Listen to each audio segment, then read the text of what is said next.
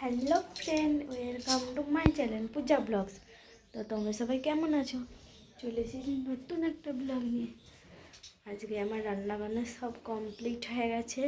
আজকে একটু তাড়াতাড়ি করেই রান্না হয়েছে, কারণ আজকে আমার শাশুড়ি মা যাবে কলকাতা, তাই তাড়াতাড়ি রান্নাটা কমপ্লিট হয়ে গেছে। সকাল থেকে তোমাদের সঙ্গে সামনে আসতে পারিনি, চলে এসেছি এখন। তো তোমাদের রান্নাগুলো দেখিয়ে দিই তাড়াতাড়ি।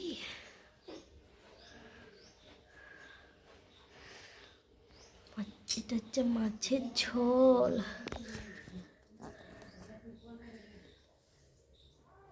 দেখো বন্ধুরা, পেঁপে দিয়ে আলু দিয়ে মাছের ঝোল, শাক ঘন্ট, মাছের তেল ভাজা, টমেটোর চাটনি।